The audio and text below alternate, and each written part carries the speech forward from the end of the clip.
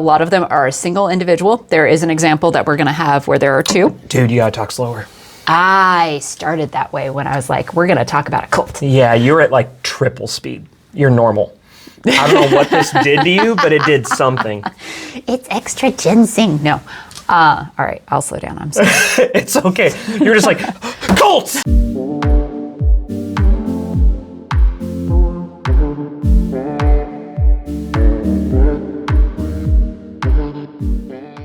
Hey everybody, and welcome to the Other Talking Red podcast. My name is Ryan. And I'm Jen. And Jen, what are we going to talk about today? Today, we're going to talk about cults. Yeah, we're going to talk about cults. So one of our friends asked us to tackle the question, is Christianity a cult? Why or why not? Mm-hmm. Now, before we can tackle that question, we need to define terms, and the term cult is going to be central to this discussion. So, what is a cult? Well, if you go back like 100 years to the 1800s, cult was just an anthropological term. And it was used to describe a group of people who were gathered around an idea, a movement, a person. And so all religions would have been considered cults. And that would have been no big deal. Like there was no negative stigma attached to the term. Today, however, the term has evolved and now it does have a negative stigma. It brings up this idea of a small group of people who are kind of creepy and scummy, and they have some weird ideas, usually doomsday ideas, and that they should be viewed with inherent suspicion. So we want to get a little bit deeper than that in terms of the definition. So we're going to define what a cult is. Then we're going to look at 3 examples of cults from the last 50 years, 50 years or so. And then we're going to kind of make the comparison, okay, does Christianity match up to that definition or not? So to kick things off, Jen, can you run us through some of the characteristics of what makes a cult? The first thing that comes to mind with a cult is the leadership, the person who lays down all of the foundation for the cult. They're usually someone who you cannot question. They're usually elitist. They're someone above everybody else. And they're pretty charismatic. Yeah. They draw a crowd. Yep. And they draw intrigue, and they keep some things like suspicious, but not like triggering. Alluring. Yeah. There we go. That's a better word. So they're authoritarian leaders. Yeah. They are the exclusive source of truth. They're accountable to no other authority, including the government. And they're usually venerated or worshipped by their followers. And then you also touched on elitism, which is another feature of a cult. There's frequently a caste or Gnostic system, Gnostic coming from the Greek word meaning gnosis or knowledge. So you have to have secret knowledge to advance. And this kind of a system is observed within the group. To climb the ladder, you have to become more devoted to or invested in what the group is doing. Yeah. So there's that idea of elitism. They also believe that they're better than everybody in the outside world. Yeah. The lowest member of our cult is better than the best person in society. But there's definitely a pyramid there that you have to go through these levels to get to where you want to go. Yep. Another feature? Another feature, you can't ask any questions. Nah. Yeah, there's zero tolerance for questions, doubt, dissent. And if you ask questions, you'll probably be punished. Yeah. Whether publicly, or socially, physically, sometimes sexually. Yeah. It kind of piggybacks off our previous conversation, previous video where we talked about indoctrination. Yeah. And some of the things that go along with that. Another thing is they have a preoccupation with the money part of things and how many members we have coming in. The more members, the more influence, the more power, the more money, the more... With cults, it usually money goes one of 2 ways. It either goes directly to the leaders, which they then use to enrich themselves, or it goes towards a movement, which we're going to see in one of the cults we're going to talk about today. Yeah. But one of the key red flags for a cult is that the financials for the cult are usually not available for review or investigation. If you're a part of a group, whether it's a church, a religion, a social movement, whatever, if they have financials and their records are not public for anyone to review, run away. That's a really bad sign. There should be transparency there.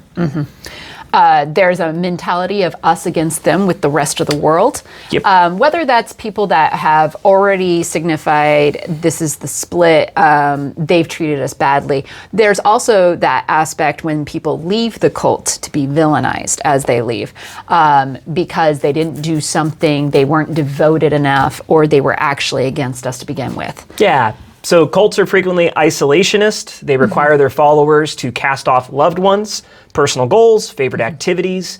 They also expect followers to limit their social interactions to other cult members and to spend excessive amounts of time performing cult duties with little or no compensation. There is never a legitimate reason to quit or leave the cult. Quitters are then treated as apostates, immoral, and otherwise undesirables. And the last part is having control over your social life. What you do, what you like, what you don't like, over your family, over your friends, who you socialize with, what you do for a living. The day-to-day life is carefully regulated, including clothing, housing, work, dating, marriage, kids, money, communication, technology. Couple other features. Abusive techniques are frequently employed to maintain control of followers. We usually use the term brainwashing. So this can include guilt, public humiliation, shame, meditation, and not healthy meditation, but like too much, spending hours in meditation. Financial controls, drugs, the offer of sexual experiences or the requirement of abstinence, chanting, deprivation of sleep and food, protracted gatherings, things of that nature. Then they also have an unreasonable fear of the outside world. The leader will commonly publish works describing conspiracy theories and the abuses of the outside world, which is heaped on the leader or the group. There's typically an excess of zeal and an unhealthy obsession among the group. And then finally, unethical behaviors can be excused in the name of the greater good. The greater good. Always think of Hot Fuzz. Yeah. How can this be for the greater good? Shut it! Cults are usually in tension with the societies in which they operate. These tensions can escalate to the point of crime, or as we're going to see in one of our cults here in a minute, violence. So, as you can see, the two big things when I think about a cult that I think characterize them are obsession and control. When you have other religious groups, there might be zeal, and zeal is good provided that the thing that you're putting your zeal towards is good. Yeah. But when the leadership takes control of your life, and when you become obsessed with what you're doing, that's when you get into culty territory. It's one of those things, if you're getting advice from a spiritual leader, from a pastor on how to deal with things in your life, there should be a limit. They're not telling you how to do things every single day. If it's one situation or an overall thing that needs to be directed where you can find biblical scripture to back it up, those are good things. But if you're having to have a bullet point day in, day out, what you do and what you shouldn't do, you should be questioning a few things. Yeah, it's one thing to come into your pastor and say, my wife and I are having trouble. Can you help us out? It's another thing to walk into your leader and say, my wife and I are having problems. Can you help us out? Okay, you're divorcing her, you're marrying her, I'm going to marry your wife, and your children are mine now. Yeah. That's different. That's control and obsession. That right? escalated quickly. That really got out of hand. Yes. Okay, so let's go ahead. I think it would help here to have some practical handles by looking at a few cults that were prominent in the United States in the last 100 years. We're going to look at three. We're going to look at the People's Temple, the Branch Davidians, and then we are going to look at the Heaven's Gate sect. So let's look at the People's Temple first. When I think of cults, this is the gold standard quintessential cult for me. So the People's Temple was a cult created by a man named Jim Jones in 1954. And this is something that a lot of people don't know about the Jim Jones movement. When most people look at Jim Jones, they think he was a religious leader who just maybe believed his own hype a little bit too much and got out of control. That's not what this was. He was actually very strategic in what he was trying to do. Jim Jones wanted to introduce a Marxist movement of racial integration into 1950s America, which would be really hard to do coming on the end of the Red Scare, McCarthyism, and the hunt for communists and socialists. There was kind of a witch hunt in the United States in the 1950s. Yeah. And you're also dealing with Jim Crow and racial integration that's going to come soon, the civil rights movement.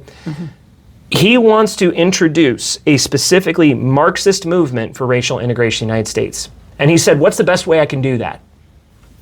Religion. If I try to do it through government, if I try to do it through society, I'm going to get stomped out by this McCarthyism, by racism. I'll use religion. And there's a few protections that you have in the United States if you have a religion backing. That's true. That the government at that time wasn't going to look into things. Yeah, separation between church and state and all that. So what Jones did was he took all of his Marxist ideology and then he reshaped it in terms of Christianese. So he starts this church. He comes out of a charismatic tradition of the church, the Christian church or the disciples of Christ. And he won't claim, hey, we should live communally and the means of production, the means of ownership should be owned by the government. He said, we should be a part of the kingdom and have kingdom values. And he described Jesus as a socialist and he abused that. Jim Jones was actually an agnostic atheist. And it was interesting, how he would portray himself behind closed doors and how he would portray himself publicly were very different. And the things he would say in his church were pretty crazy by modern day standards. He used to take Bibles and he would slam them on the table or throw them on the ground and tell his people, I need to save you from this paper idol. So he abused religion to achieve his goals. He hosted phony faith healing services. He would actually have members of his staff show up and pretend to be sick, and then he would heal them and they would be miraculously better. He claimed to have clairvoyant powers, that he could tell you intimate details about your life that he shouldn't be able to know. What we know now is that he would hire private investigators to go and investigate people and then share the details that he learned. This allowed him to draw spiritualist supporters, and he raised a boatload of money. He raised considerable finances. And the thing he became really known for was recruitment and fundraising. He would take big buses, go nationwide, and collect people. He would actually tell them to leave their homes and come move where he was so he could be a part of the church. Eventually, he shifted his movement to California, and there he became involved in innumerable social justice works. He helped the homeless, he helped the elderly, prisons, all that stuff. He planted satellite locations in several cities, and he was praised by a number of notable politicians such as Harvey Milk, and he grew into a movement of thousands. But then over time, reports started coming in of abuse. Not just financial abuse, but also sexual abuse. He was sleeping with a lot of the ladies in his church. He was raping some of the young men in his church and taking advantage of people. When that sort of stuff started bubbling up and maybe the reality of his Marxist views were coming to the forefront, he started actually preaching from an agnostic atheist perspective and kind of shed the Christian background. When all that happened, calls for investigation began to brew. And that's when Jones decided it was time to flee the country. And so he promised his followers, we are going to go create a socialist tropical utopia. And he moved them down to Guyana, and there he created a compound. On November 18th, 1978, more than 900 of his followers died in a mass suicide following the investigation and coinciding murder of Congressman Leo Ryan and his entourage. So Congressman Leo Ryan was flown down to Guyana to tour the compound and send reports back to the United States, and he anticipated that he was going to find a good movement. Like, he didn't think he was going to stumble onto something crazy. But once he got there, members of the cult started asking him and secretly trying to urge him to take them back to the States, back to their families. And this made Congressman Ryan be very concerned. And so Congressman Ryan was planning on getting on his plane, flying back to the States and taking action. So Jim Jones deployed some of his personal troops. They got to the airfield, and before the plane could take off, they gunned down Congressman Ryan and a number of his staff. So, cat's out of the bag. Now we've committed murder. The United States government's going to come down on us like the hammer of Damocles. So, or the hammer of Thor, sword of Damocles, whichever one you want to use. And so Jones actually called on his people to commit suicide. And these people were just so brainwashed that they came forward and they drank the proverbial Kool-Aid. Although Kool-Aid would like us to know that it was not actually Kool-Aid they drank, but a knockoff brand, and that it's legally distinct.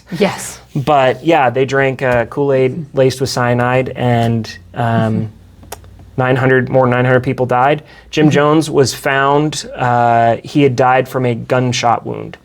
And supposedly it was self-inflicted. I'm not sure that I believe that. I think maybe one of his followers had to do him in. And when you're already separated from the country, they were already desperately asking for help from the Congressman Ryan to take them out of there.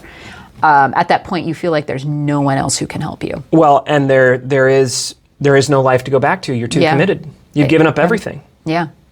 Yeah. So pretty pretty terrifying. Yes. And the more you look into that one, the more shocking and heartbreaking it becomes. Yes. So that's one example. Here is somebody who claimed to be a religious leader, wasn't actually a religious leader. The cult for him that he was dedicated to was Marxist philosophy. Yeah. Again, a cult can be around a person. It can be around idea, a movement. For him, it was Marxism. For his followers, the cult was the cult of Jim Jones. They worshipped him. Yes. So if you go back through that checklist we gave you at the beginning, authoritarian leadership, preoccupied with membership and money, you don't ask questions, the people are indoctrinated and abused, day-to-day life is controlled. I mean, he took them out of the country, for crying out loud. Yes. The idea of elitism, isolationism, quitters are villainized, utilitarianism. He knew he was faking these healings. He knew he was faking the clairvoyant powers. He didn't care. His followers knew he was faking it. Why? The greater good. Yeah. So very clearly a cult. Yeah. Example number 2, Yay! going to be just as encouraging. The Branch Davidians. So the Branch Davidians were a cult. They were not originally a cult. They were originally a religious reform. So it was founded by a man named Benjamin Rawdon in 1955. Rawdon came out of the Seventh-day Adventist Church, which is not a cult. No. They're kooky. If you're out there listening, Seventh-day Adventists, we love you. You got some interesting ideas, but we're still part of the same church. It's just we're kooky cousins to each other. We probably look pretty crazy to you too. But Rawdon came out and he felt that the Seventh-day Adventist Church needed reformation. He saw himself as a sort of Luther. Yeah. And his views were rejected. So he starts this separate sect called the Branch Davidians. After his death, leadership of the group passed through a number of hands. It was sort of a clumsy, ugly process, people fighting for power. Yeah. And it ultimately landed with a young disciple named Vernon Howell. And Howell later renamed himself David Koresh. The reason why I chose these names, he wanted to connect himself with ancient kings. So you had King David of Israel, and Koresh, I believe, is the Hebrew name for King Cyrus of Persia. So he was David Cyrus, I'm going to be this great king. He was fascinated with the study of biblical prophecy. And Koresh would go on to claim that if you look in the book of Revelation, there's a reference to the Lamb of God. And the Lamb who appears to be slaughtered has 7 eyes, 7 horns. It's meant to be a symbol of Jesus. Horns symbolize power. 7 is a number of perfection. Jesus has perfect power. Eyes symbolize knowledge. Jesus had perfect knowledge. He was slaughtered. He was crucified. This is Jesus. Koresh claimed that the Lamb of God in Revelation is not in reference to Jesus. It's in reference to him. And that he was called to be the final prophet, the harbinger of Christ's second coming, and the announcer of the apocalypse. Koresh was also a polygamist. When couples joined the ranks of his cult, he would dissolve their marriages and then make all women in his organization available to himself for sexual congress. Koresh is also accused of taking child brides for himself from among his flock, some girls being as young as 11 or 12 years old. He intended to create a lineage of New World leaders, so Koresh fathered 16 children in all. The Bureau of Alcohol, Tobacco, and Firearms attempted to execute a search warrant of the Davidian compound in Waco, Texas in 1993 on allegations of sexual abuse and an illegal weapons possession charge. Which is interesting because the ATF actually doesn't have jurisdiction to investigate sexual abuse. They couldn't get the Davidians on the sexual abuse charge. People were leaving the Davidian compound and making these claims. So they went after what they could get them for, and the Davidians were stockpiling weapons illegally. So they attempted to enter the compound in 1993. The Davidians refused to comply and opened fire. The result was a gunfight in which 4 ATF agents were killed and a number of others were wounded. This then led to the FBI taking over the investigation, and there was a 51-day siege of the Waco compound. The confrontation ended in a deadly shootout during which 3 mysterious simultaneous fires broke out. Most people seem to think that the Davidians themselves started the fires in sort of a suicide pact type situation. And in the shootout that followed, 76 of the 85 remaining Branch Davidians in the compound died. This included Koresh himself and 12 of his children. One of the victories for the FBI was that they actually managed to secure the release of, I think it was about 19 other children. They were kids that were not Koresh's kids. And so when they negotiated, they said, would you at least send the children out? He sent all those children out. Yeah. And when they pushed further and said, will you send your children out? He said, no, my children are different. They're going to stick with the movement. So very, very terrible situation. 76 of the 85 remaining Branch Davidians died, including Koresh himself and 12 of his children. Autopsy results suggest that many of the deaths were at the hands of fellow Davidians. That whether it was a suicide pact or disillusionment or mercy killing, whatever the case, Davidians started shooting each other. It's believed that Koresh was executed, a number of his kids were executed. A lot of people also died in the rubble, the fire, the smoke, which is just crazy because when the FBI went in, they actually didn't go in intending to open fire. They went in with like APCs and they shot gas grenades in. And the goal was to flush them out and arrest them. And then fire started and the Davidians started shooting and then everybody died. It was the FBI did their best, but it was really botched.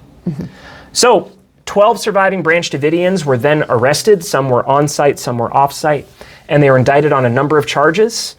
As of 2007, all the remaining Davidians who were put in prison had been released. So, again, we go through our checklist. Leadership, authoritarian, preoccupied with membership and money. They needed the money to push the movement. You didn't ask questions of Koresh. He was the prophet on earth. The people were abused and indoctrinated. Their marriages were dissolved. Child brides were taken. There was sexual abuse happening. Day-to-day life was controlled. You had to live on the compound. You had to participate in Koresh's Bible studies. They thought they were better than everybody else. They were isolated from society. Quitters were villainized. The greater good of... Overlooking abuses were for the greater good. It was for the push of the movement and to have more people join them. Unhealthy obsession and control. Unhealthy obsession and control. Okay, so we have an atheist movement that was in the name of Marxism. We have a movement that was in the name of supposedly Davidic prophecy.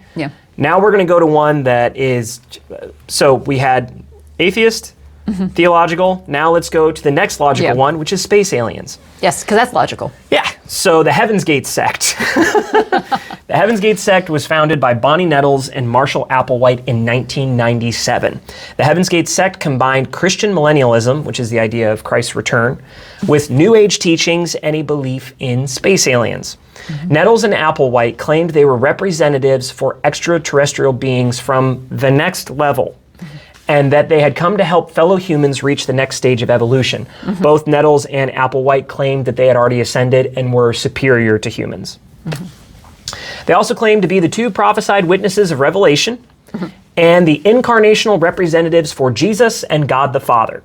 So what Applewhite claimed, he claimed that there was an alien spirit that inhabited Jesus of Nazareth and made him the Messiah. This spirit then returned to heaven and then came down and inhabited Marshall Applewhite. They actually suggested that Jesus was reincarnated in Marshall Applewhite, and now he was Jesus's representative on earth. Nettles and Applewhite were eventually called the UFO-2. They gathered a few dozen followers and convinced them to sell all their possessions and leave their families behind. The group seemed to disappear overnight, and they hid from the public eye by quietly traveling across the country and living on the streets, posing as beggars. Once their group had reached a satisfactory size, the UFO-2 stopped recruiting and transitioned them to a mansion where they lived a more monastic way of life. They instituted a rule of life which required complete sexual abstinence and the prohibition of drug use, among other things. Heaven's Gate then taught that a UFO was trailing behind the Hale-Bopp comet, which was soon to pass by the Earth. If followers could ascend into this UFO, then they would reach the next level of evolution beyond human, which was both a physical and spiritual existence. The window to enter this new existence, to pass through Heaven's Gate, which is where they get the title, would close once the comet had passed, so decisive action was necessary. To free their spirits and catch their intergalactic ride into paradise, the group committed mass suicide by asphyxiation. There were 3 successive waves of death as members ate applesauce or pudding, which had been mixed with phenobarbital, and then drank vodka before securing plastic bags over their heads. As one member died, a living member would remove the bag from their head, reposition their body, and cover them with a square purple cloth. Only the 2 final suicides were found with the bags still on their heads, and before the deed, identical packages were sent out to Heaven's Gate affiliates with videotape recordings of farewell messages and letters from the cultists. One such package led a former member to investigate the California mansion that Heaven's Gate was renting.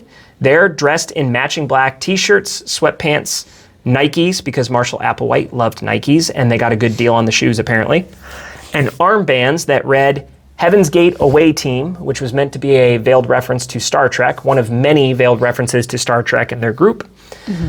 There were 39 bodies, including Nettles and Applewhite's, which were discovered on March 26 of 1997.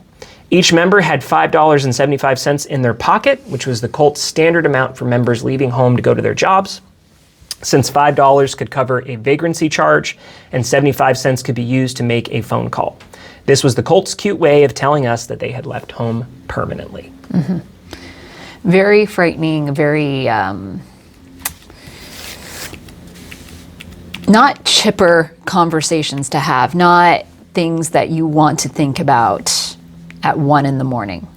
No, but I mean, with this example in particular, I think this is true of cults in general, but I think it's very true of Heaven's Gate. Yeah. They take advantage of the vulnerable. Yeah.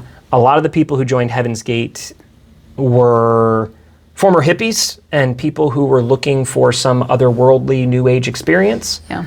And I think some of them were also probably mentally ill. It would be easy to attract homeless people to this kind of thing. Yeah. So, man. When we're in that vulnerable state, because we want community, things have happened to us in our lives. We want meaning. We want meaning, and they're selling us things that we think that we need to fill our life with. We don't know when we join cults, when we join groups, that they're going to lead the way they do. We don't know it's going to end in mass suicide. Hard. That's a hard team to recruit for. It is a very hard team to recruit for. Hey, let's do this, and everybody's going to be in shock and awe in the newspapers about us. But there was a cult back in the 1800s, I think, called the Shakers. Yeah. And the Shakers, they had this prophetic leader that they believed was second coming kind of thing. Sure. Not literal, but she was their leader. And one of the first things that they instituted was absolute abstinence, even among married couples. Ugh. So guess what happened in about a generation and a half? They all died off. They all died. Yes. They weren't having kids, and that is a tough team to recruit for. Yes. Okay, guys, step 1, stop having sex with your spouse. I think I'm out. At that point, right? Yeah. So, yeah, it's a hard team to recruit for. It is a hard team to recruit for, but it's also in your desperation, you're like, well, it's worth it. Nothing else in this world has worked. And it's a cheap knockoff of what we're supposed to be. What if they're right? What if I can ascend and become this spiritual being? You know? Yeah. But that's not what churches do, and that's what we're here to talk about. So yeah, we're here to talk about, is Christianity a cult, right? Yeah. So when people describe Christianity as a cult, what they're trying to do is to insult. Yeah. They want to attach that negative stigma, that disparaging character, the suspicion and the creepiness. They want to attach all that to Christians because they don't like Christians. That's why they're saying it. If you look at the technical definition, it really doesn't fit. And they might paint in broad strokes to make it sound like it. Oh, you say they have an authoritarian leader, you have Jesus. Or maybe if you want to pick on the Catholics, you have the Pope. Yeah. And he controls every aspect of your life. Okay. We are not saying you shouldn't have strong leaders. Yeah. We're not saying that you shouldn't try to raise money for good purposes. Yeah. We're not saying that that there are some aspects of our day-to-day lives that maybe we should adjust. What we're saying is, in a cultic scenario, there is an excess of obsession and control. That's what defines a cult as a cult, and that's why it's unhealthy and why it's destructive and why it's creepy and why those are the defining characteristics, and those two characteristics are absent from Christianity when it's done right. So the idea that, we're just going to go point by point, because I want to make it abundantly clear. Yeah, go for it. Was Jesus an authoritarian leader? No. No. He claimed to be the way, the truth, and the life, but he didn't lead in an authoritarian manner. Jesus actually claimed his authority was confirmed by others, including God the Father, God the Holy Spirit, miracles, the scriptures, and the testimony of spiritual ancestors. Yeah. If you knew the Old Testament, that should have been enough. Yes. Number two, being preoccupied with gaining members and raising money. Jesus didn't care about big crowds. Yeah. He didn't care about money. He turned away multitudes who tried to join him for the wrong reasons. He showed no interest in money until it became a stumbling block to others. Jesus called for transparency, which is why in the church here at Hillsboro, we make all of our financial records public. Yep. Zero tolerance for questions. Many people came to Jesus with questions and concerns, such as Nicodemus. Rather than shout down any perceived dissent, Jesus addressed questions compassionately and with wisdom. Jesus never employed brainwashing tactics. He did not command excessive fasting or sleep deprivation. He actually said, don't fast in such a manner that people will see it. Yep. He didn't say to do it in an unhealthy manner. He didn't humiliate his disciples publicly. He didn't offer sexual favors in exchange for obedience or direct us to repetitive rituals to crush our doubts in his leadership. He actually just encouraged his believers to lead holy lives. Yeah. Day-to-day aspects of the followers are not carefully regulated in the church. Jesus does command us to take up our cross and follow him daily, but he allows a remarkable amount of freedom in the life of the believer. The free choice remains with us concerning what we eat, where we live, who we date, who we marry, how we dress, whether we have kids. We seek God's will, make wise choices, and follow the Master daily.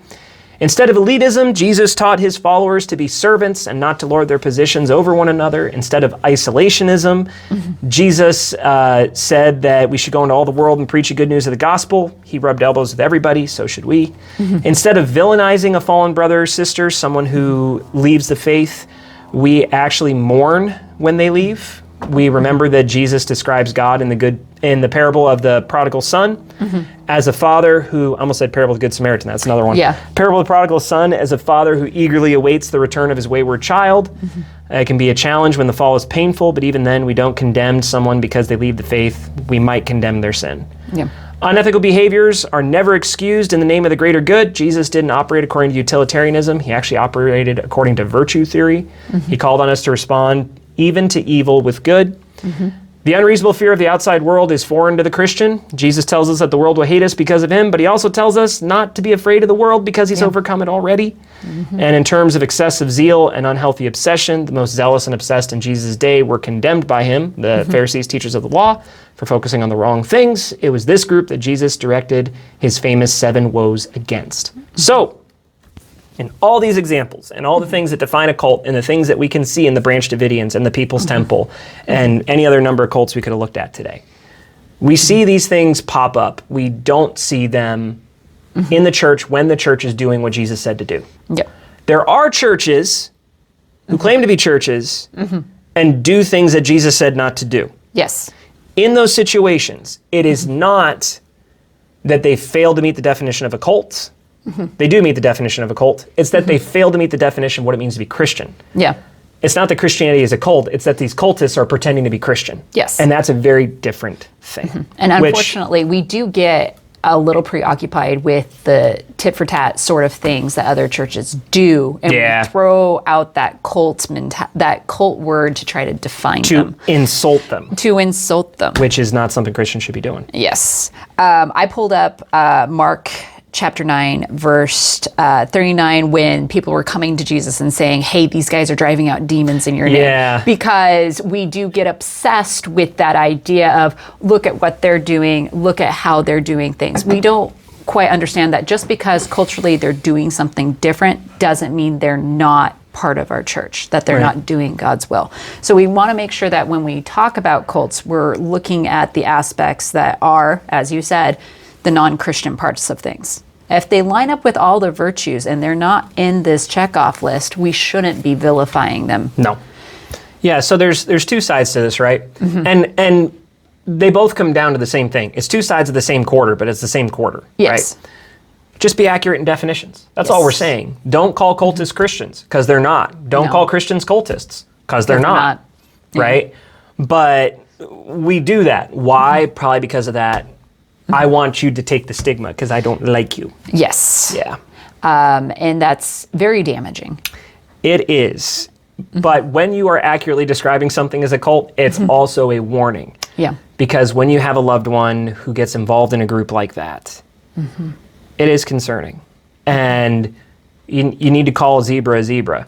Yeah. You know, you call it what it is. Because as they are in it, and it's still What time harm to get could it out. do? What harm could it Yes. do? Well, look at these stories. That's what Yes. harm it can do. It can do a lot of harm, and we care about you. And at this point, we want you to be able to see it for what it is. It's not there to insult you. It's not there to make assumptions about who you are.